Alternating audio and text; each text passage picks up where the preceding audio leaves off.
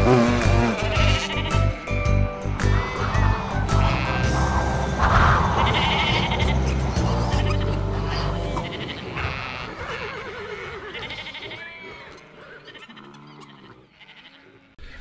moji milí priatelia, tak ja vás srdečne vítam pri dnešnom videu. A v prvom rade vám chcem veľmi pekne poďakovať za podporu, ktorú mi jednak tí naši zvláštni členovia venujú, ale samozrejme aj vám všetkým, ktorí ste trpezliví, lebo prežívam náročné obdobie aj čo sa týka môjho zdravotného stavu, ale všetko beží dobrým smerom, takisto opravy sa mi darí s odretými ušami zvládať a farma ide, keby som povedal, že momentálne na 3 válce, ale veľmi dobre sa mi darí s rehabilitáciou, takže ja som si povedal, že v dnešnom videu vám idem okrem iného, okrem toho, že čo stíham robiť, tak vám idem ukázať aj to, že kde sa vlastne chodím liečiť, lebo má to niečo spoločné so zvieratami. Je to také pekné zariadenie, ktoré má po stenách a po dverách symboly domácich zvierat, takže je to pre farmára veľmi príjemné. A keď aj vy, moji kolegovia farmári, sa dočkáte toho, že vaše teličko bude potrebovať posezónnu údržbu výbehového modelu, čo je vlastne môj prípad.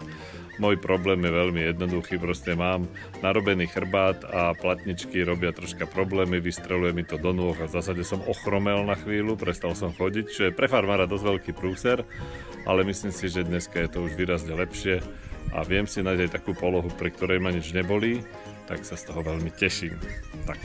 Takže samozrejme pokračujeme, práce zastaviť nemôžeme, aj keď so všetkým meškám, ale to už nejako príroda tento rok so mnou zvládne, vydrží. A pre mňa je to taká výzva, aby som sa lepšie pripravil na budúci rok. Tak poďme na to. Tak ako stojím s teliatkami, to vám poviem za chvíľku.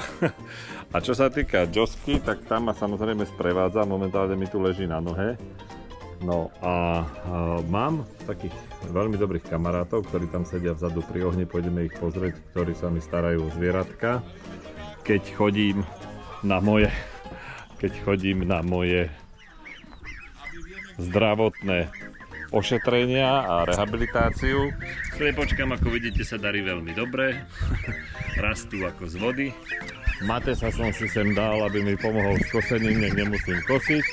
Husky tiež rastú ako z vody.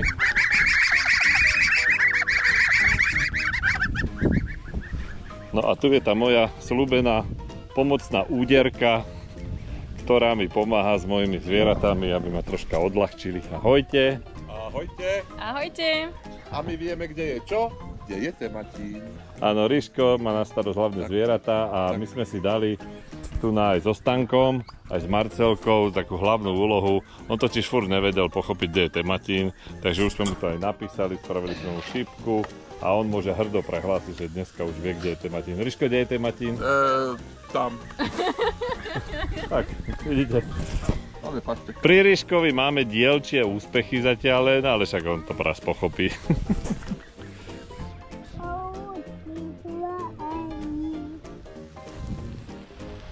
No komuže je lepšie ako farmárovi? No a ako sa mi darí s teliatkami? No, permanentne utekajú, takže zatiaľ bojujem. Pozrite sa ako. Momentálne sa mi darí docela úspešne. Jedno teliatko. Neviem, či ho vidíte v tej buride, ale tam je za lopúchmi. Tu je druhé teliatko. Zdrhli mi za posledné 3 dni raz, lebo som predal vlastne bička, čo som mal. A keď odišiel ten biček, tak vyliezli z týchto 2 drátov. Tak pevne verím, že už ich to prestalo baviť. Tak momentálne sa teda držia, takže momentálne sa mi darí. Celkovo, odkedy som ich tam dal, tak zmizli stade asi 5 krát. Vždy sme ich znova nahnali, alebo zmizlo len jedno. Sme ho vrátili, tu sa došla pozrieť jalovička. Takže už mi zostali len 2 jalovičky, takže celkovo mám 9 budúcich kráv, teda 7 kráv a 2 jalovičky, takže 9 samic, tak som docela spokojný. Blížim sa k môjmu maximu, čo je 10. Tak zvieratka, paste sa a keď vidíte vlastne tento rajčura, čo tu mám, tak najvyšší čas spojasniť mulčovač. Tak Charlie dobieha zameškané, samozrejme chýbal a ja som chýbal tejto farme, takže vidíte, mám tu také staré sienko, není to bohvie aká kvalita, Nie je to bohvie aká kvalita, ale musí to ísť z luky preč. A zase koňovi to je svojím spôsobom jedno, ten zežere hocičo. Takže to pekne vysuším, politujem a odložím na horšie časy. Ja sa tu veselo vyvážam s balíčkami, dvomi vpredu, jedným vzadu a takto v trojičkách si vozím balíky hore na farmu, ktoré som nestihol včera dotkviť.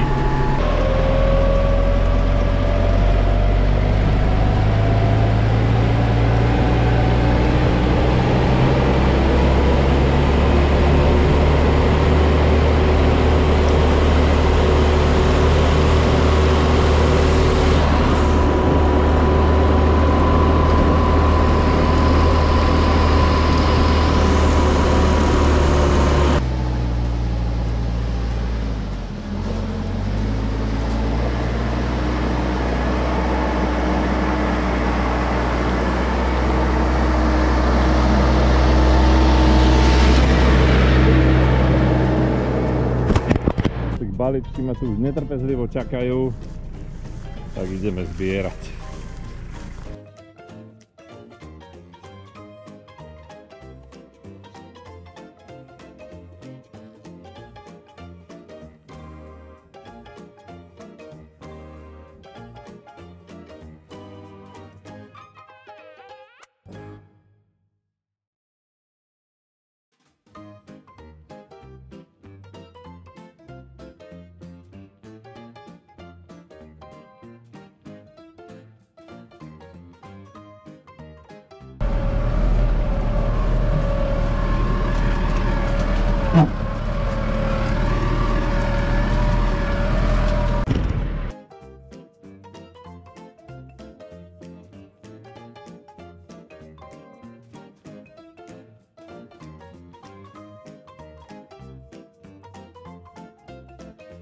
Tak tady to sa sem lezie.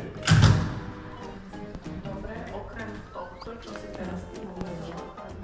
No čo mňa úplne fascinovalo na tomto zariadení zdravotníckom je, že jednotlivé dvere, ale aj steny sú vyzdobené našimi domácimi zvieratkami. No pozrite sa na tie nádhery. Môžete hádať, že čo to je. Holštinizácia dosiahla aj do zdravotníckych zariadení. Normálna, seriózna holštinka. Kvik, kvik. No a čo sa týka tých procedúr, tak tu sú napríklad masáže. Tu je ambulancia. A tieto dvere vám zavrám, tak toto je tu vybavené. Je to venované hlavne deťom, preto sú tu tieto detské ozdoby, ale samozrejme, že robia to aj dospelákov. Pozrite sa, tu je vlastne také, to je koník, tuším. No. Toto je telocvičňa. Tu máme takéhoto krásneho somárika. Tu máme netradičné medvedíka, ale Macko je teraz veľmi aktuálny na Slovensku. To je logopédia. Tu máme kravičku ďalšiu, toto je telocvičňa. Masáže, tu nemáme zvieratka. Telocvičňa logopédia. No a na elektroliečbu chodím ku prasiatku. Nie, cvičiť chodím ku prasiatku. Takže cvičím v prasiatku a potom tu ešte máme takéhoto krásneho Eugena. To je somárik. No a táto sviňa tu čaká na mňa. Ježiš, nemyslel som tohto pána, fyzioterapeuta, myslel som túto nakreslenú na dverách. A mňa tu čaká Kitty, ktorá ma tu ničí. Ahoj. Ahoj. Čau. No, tak poďte sa pozrieť, aby ste vedeli, takéto má všelijaké mučiace náradie na mňa. A tu na prebieha fyzioterapia a rôzne cviky, tak dovolím vám troška nazrieť do toho, aby ste vedeli, ako vyzerá tá posezónna údržba výbehového modelu v prípade farmára. Ideme na to. Na chrbát? Toto mám najradšej cviky, ktoré začínajú ležaním na chrbáte. To sa mi ľúbi veľmi. Ideš pekne z nádychom ku mne. Počkaj, čo robíme teraz? No vlastne ideme na to brúcho cvičiť. Ale nie nohu? Nie, teraz ešte nie. No. Ideš s nádychom ku mne ruky. Aha, takto. Presne tak a s výdychom. Zdvíhaš hlavu a lopta smeruje na kolena. Aha. Tak, výborne.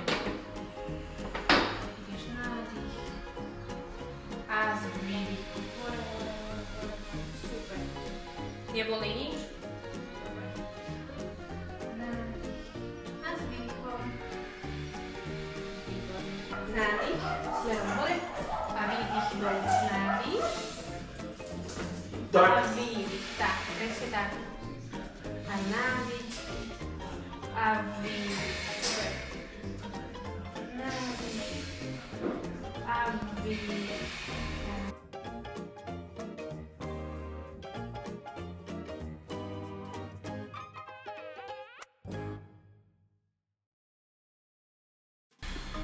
A výdych. Super.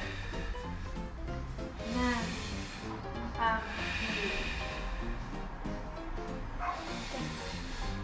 A výdych. Ako stehno. Dobre. Žiadny krč. Výborne. No, dosť bolo ležania. Chystá sa mi nové pracovisko. Ideš v tejto polohe. Výborne. A znovu nádych. A výdych. Pôjde s pravou rukou. Výborne.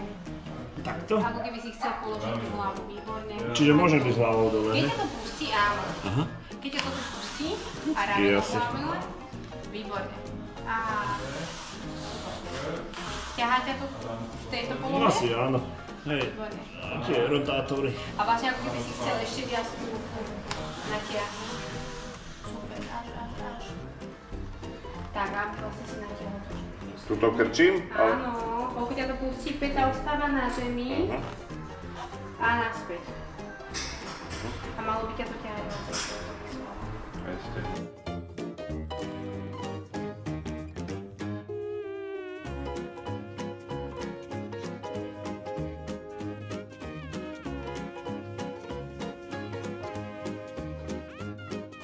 No a nemyslíte si, že odcvičím si 3 dni v týždni a salám párky, vozím sa na traktore. Normálne som dostal domácu úlohu, cviky, čo si musím každý deň robiť, až do budúceho týždňa, do ďalšieho cvičenia. Takže žiadne salám párky, normálne makám, lebo mám tej roboty málo. No a teraz šup na masáž. Tak, teraz idem sem. O, tu ma už čakajú, pekný deň prajem. Pekný deň, nech sa páči, poďte ďalej. Ďakujem pekne. Tak tu sa vyvalím a normálne tu budem, že pol hodinu ležať, nič nerobiť a budem si užívať masáž. Čo potrebuje? Taková. Leží sa vám Inak tá dobre? masáž pôsobí veľmi blahodárne. Tak to A sa... veľmi pekne voniam po nej. Stiahneme si to dobre, trošku aj Jasné. na tie bedrá. Na pôžede. Tak, presne.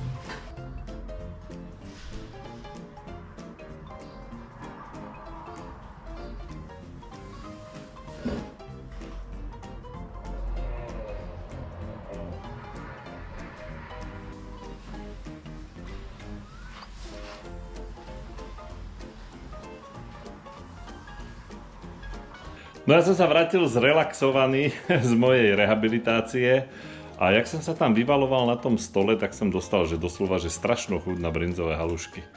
Tak prečo si nespraviť troška brinze, nie? To bož, keď je nás tu toľko, lebo vlastne priatelia došli na taký predĺžený víkend, tak som sa do toho hneď pustil, kým ma nič nebolí a pozrite sa, ako to dopadlo. Špinavý mlynček prezrádza, že už to mám za sebou. A tu je troška brinze. Je skoro 20 kg, takže chvíľku s brinzou vydržím. Tak dobre, priatelia, dovidenia zatiaľ, vidíme sa o týždeň, mne už skončia rehabilitácie a pevne verím, že budeme môcť začať naplno makať. Čaute zatiaľ, vidíme sa.